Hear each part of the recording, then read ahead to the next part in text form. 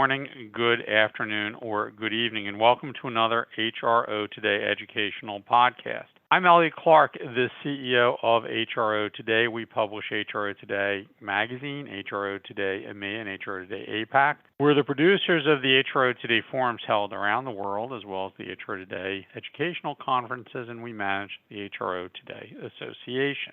Today, we're going to talk about workforce services, and specifically as we enter 2023, everyone's trying to think about what they're going to do with their workforces. We have lots of economic data coming in. Some of it is encouraging, some of it is discouraging. But everyone's trying to figure out how they manage their infrastructures. And one of the things that has been growing in popularity as a way to deal with changing environments is the combination of permanent workforce services, RPO, and contingent labor services, or MSP. So the question we have is, how do these services really fit together? I mean, a lot of providers are talking about it, but we wanted to ask a provider how they actually coordinate, how they complement each other, and how you should think about utilizing them. So I'm thrilled we have with us today Anamarie DeVito. Anamarie is the Executive Director of MSP Programs for Sevenstep. Now, Sevenstep is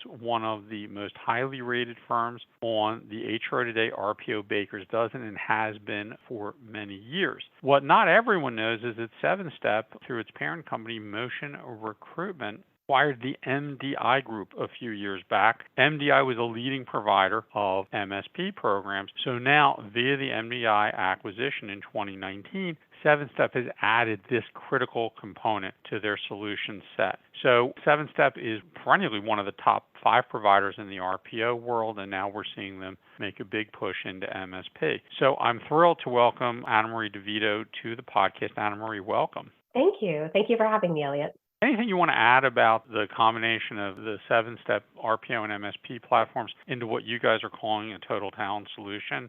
Sure. Sevenstep is really a recognized workforce partner to both mid-market and large global enterprises worldwide. And like you said, we've been primarily known for our RPO. You mentioned the Baker's Dozen list. We've also been recognized by the Everest Group Peak Matrix the last couple of years for our MSP. And this year we received one of the highest ratings for value, also delivered by the Everest Group. That's great. So let's talk about RPO and MSP if we would. So many workforce service providers today, you being one of them, offer RPO and MSP services and the total talent solution, as you call it. However, when I talk to the practitioner audience, the practitioners in the HR suite see it as sort of two products that are squashed together. You can just buy them together. But there are reasons why the coordinated approach, and this is my opinion, to contingent and permanent labor makes sense. So help our listeners understand the intersection of the two and why it's in HR's best interest to consider using the same provider for both. So your question builds on several things that are happening in the market today. Really, I would say both around how providers are presenting their services, but also how buyers are perceiving it, right? So I'd like to start first with the idea that just MSP and RPO really on its own does not equal total talent, right? So on a basic level, total talent really happens when a company decides that it needs a worker for a specific need. The hiring manager then goes to one resource to fill that need. And whether that resource is internal or outsourced, doesn't matter. They then evaluate the need by assessing different worker options, their costs, and then qualifications. They then return to the business, give a recommendation, whether that be perm or contingent or any other type of worker, based on that assessment. So essentially, they're selecting the best option from really the entire supply of available workers. Now, if this company, say, has the same provider that supplies both their MSP and RPO, but the hiring manager is required to make that decision first,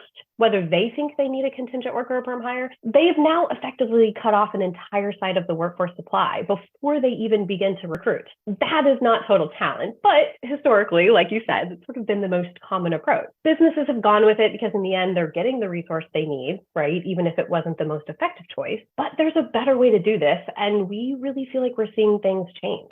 So in essence, there's bridges that really connect the two sides of the talent pool, contingent and perm. And they're becoming much more established, which has enabled Total Talent to really become more of an essential offering. So I'd like to get into some of the specifics on this. There's 3 bridges that I think have brought Total Talent from just a concept to more established and holistic talent solutions. The first bridge that I want to talk through is talent scarcity. So you mentioned at the beginning about the talk of a softening economy. There's tech layoffs that we've seen. So what that means is that high value talent that really fits the bill for specific needs of an organization is still really hard to find. So if you then have to divide your workforce into 2 groups and one of them is completely ignored for any given role, you've now reduced your potential even further. Hiring managers, because of this, are becoming far more open to total talent options, and the previous siloed approach with HR and procurement have become much more motivated to work together. They're now working to solve, it's become a business problem, right? Finding quality talent. It's no longer uniquely HR or procurement.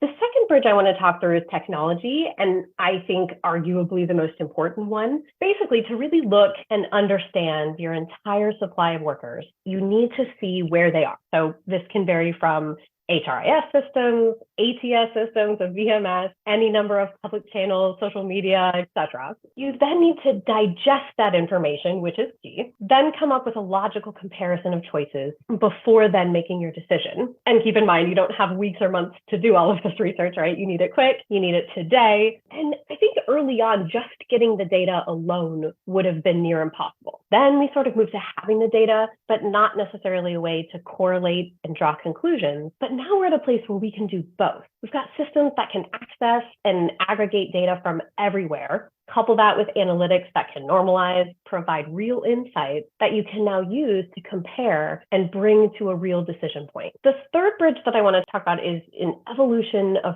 practices that's purely organic, not top-down. And what I mean by that is, like you said, there's been a lot of talk in the industry about total talent. Companies need to get on board. They need to go through the process planning, change management, tech investments to make that happen. And while this top-down approach is still definitely necessary, it's really more an organic movement of the business based on those 2 bridges I just talked about, really embracing the idea and asking, what is the best resource for the work, not necessarily where do I find the next employee. So we're seeing this bridge start to take shape more and more as direct sourcing continues to evolve and sort of bring together both the perm and flexible workforces. So overall, a combination really of these 3 factors are evolving what you refer to as the intersection of all types of labor and really bringing a more cohesive approach to talent strategies. First of all, I think you've done a great job of explaining the intersection, and it sounds like there's more bridges in the city of Paris. But I do think that one of the things that is incumbent in part of what your comments are is, first of all, HR needs to be more involved. They've often left MSP to the procurement people because, a lot of what is MSP is partially a financial package. But if you're really looking at it as a total talent solution, this needs to be driven by HR, not procurement. That comes through loud and clear. The second thing that I'd love to get your feedback on is HR really understanding that this is actually easier for the hiring manager, who's everyone's ultimate client, that the hiring manager doesn't have to figure out which program, is it permanent, is it contingent, is it this, is it that. They just call X, whether it's Sevenstep or one of the other companies that can provide a total talent solution. They have a one-stop shop for everything. That actually, it makes it much less cluttered, much less confusing for the hiring manager about trying to decide, should this be permanent, should it be contingent? Just go, you see what the talent's out there and how to contract it. Is HR getting that part of the benefit proposition, do you think? Elliot, I think some do and some don't, to be honest. I think that there's still some education to be done to show what we can take off the hiring manager's plate and how taking that off not just eases their burden, but it then also creates greater access to high quality talent. So I think the combination of those 2 things and being clear about that and showing that with the data is what's going to help change their minds.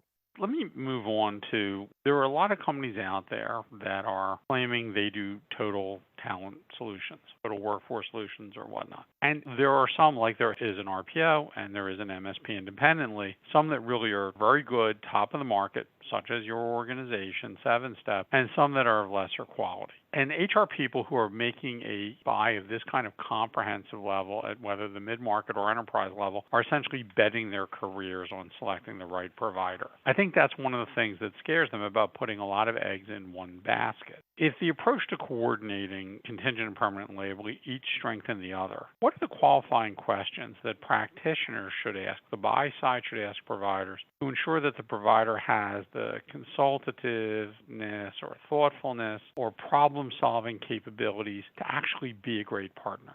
When businesses are evaluating their providers or potential providers, much like our total talent conversation and really what we just talked about, they're often asking questions with a siloed approach. You mentioned should be HR driven, but there should still be a combination between HR and procurement. And we've talked quite a bit about total talent, and I think that there are certainly questions that practitioners can ask to dig into the effectiveness of their MSP specifically to ensure that they're consultative and thoughtful problem solvers. Look, any MSP provider can come in and administratively manage a program. What we're finding as an MSP is that one of the biggest competitors is not just other MSP providers, but the other options that company has, like a VMS-only solution or in-house contingent labor management. But our MSP does a lot of things that cannot be accomplished only via a VMS or an in-house MSP. We've talked a lot about total talent solutions. In my opinion, a lot of practitioners are really missing the difference between that and an MSP that provides true consultative support to the entire business, helping to drive holistic talent strategies, not just strategies for each individual group. I think that a really important question to ask a provider is how they use data to advise the business on talent objectives. A lot of MSPs do a really great job at setting up and implementing a program, and they don't necessarily have to be very hands-on with how suppliers are recruiting and getting talent. But if they're going to make a good total talent decision, an MSP needs a good way to evaluate what type of talent is right for the job, whether that be a flex worker or a perm employee. And they need to then have a deep understanding of the talent market from both perspectives to assess the best way to get high quality talent for each role. How providers use data and data management is really key here. A provider needs to have a tech solution with a talent-centric lens, one that can really leverage both internal, external data sources to advise the business. We've seen a lot of tech fragmentation, so different tools or data sitting in different warehouses that don't talk to each other, and that really just compounds the silos and the obstacles to accessing quality talent. And then along those same lines, they need to be able to provide those options and resources that are the bridge. We talked about the one person that a hiring manager can go to. For example, I also spoke briefly in the last question at the very end about direct sourcing. So the idea of pulling talent from existing business talent pools that would have previously been disregarded for a flex worker engagement, that can start to bridge the gap. And it isn't just the provider's ability to manage both the perm and contingent. It's also the ability to make sure you have the resources to reach out to all types of labor that you need and then advise the business accordingly. Building off of that, another question I would ask of the provider would be to give an example of a time when they went back to the client and told them something that was difficult to hear or something they needed to do differently, and it was successful. Because in order for a total talent strategy to be successful, a provider needs to have the right resources in place that can advise, not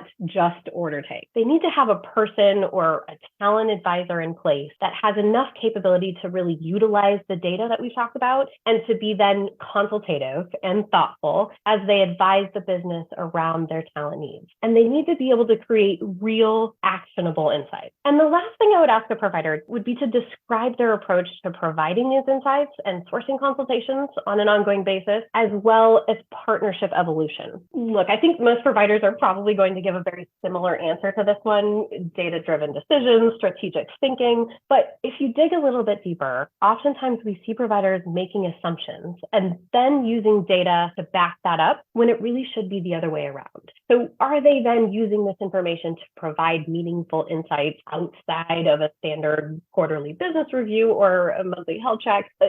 Evolving a partnership with the business really requires that a provider can stay agile, flexible, and at the same time, rise above any of the internal limitations that a business might have, while also bringing real, undeniable value. But when you take a step forward and businesses are really being advised on both current and predictive analytics with a real impact on their workforce, that is moving the needle on a partnership evolution. Well, and you make some great points. Data tells you what is, not what should be, right? And many people have preconceived notions about what is going on in the market and the economy. They, are getting information fed to them by mass media outlets often that don't necessarily report it with much economic sophistication. It's a great checklist for our listeners to use to think about, how you actually screen providers. I think one of the questions that you mentioned, which is, the issue of changing course. That is often underutilized in the minds of the HR practitioners is, no, you will not get everything right the first time. Over the first 6 months of any engagement with a new provider, whether it's RPO, MSP, or frankly, any complex service offering, total talent solution, et cetera, HRMS systems, you're going to have to adjust to real-world data as it's coming in. And the ability and agility of your provider becomes incredibly important. And if they haven't demonstrated it somewhere else, you don't want to be the first beta case. And that I'm saying to our audience quite directly. The ability to improvise, to adjust. It's football season. We talk about that every Sunday watching football games. Ability to adjust, right? Your HR service providers need to be able to do that as well. Yeah, that's key. But, I'm in Philadelphia and you're down in Dallas, so we're never going to agree on football. But we can agree on HR services, okay? Be that as it may. The only question I have left for you, Anamarie, is when we can get you back on the podcast. You've given some great advice, some great insights. So thank you so much to Anamarie DeVito, who's the Executive Director for MSP Solutions at Sevenstep, which is a leading provider of total talent solutions. Thank you so much for having me, Elliot. Well, it's been great. And to our listeners out there, you've heard a lot today about how these two services interconnect. And Anamarie used the visual of bridges. There are a number of them, and they each complement and strengthen the other. And also how you qualify a provider to make sure they're really a total talent solution provider. I want to thank everyone for their time and attention, and I'll look forward to you joining us on our next HRO Today Educational Podcast.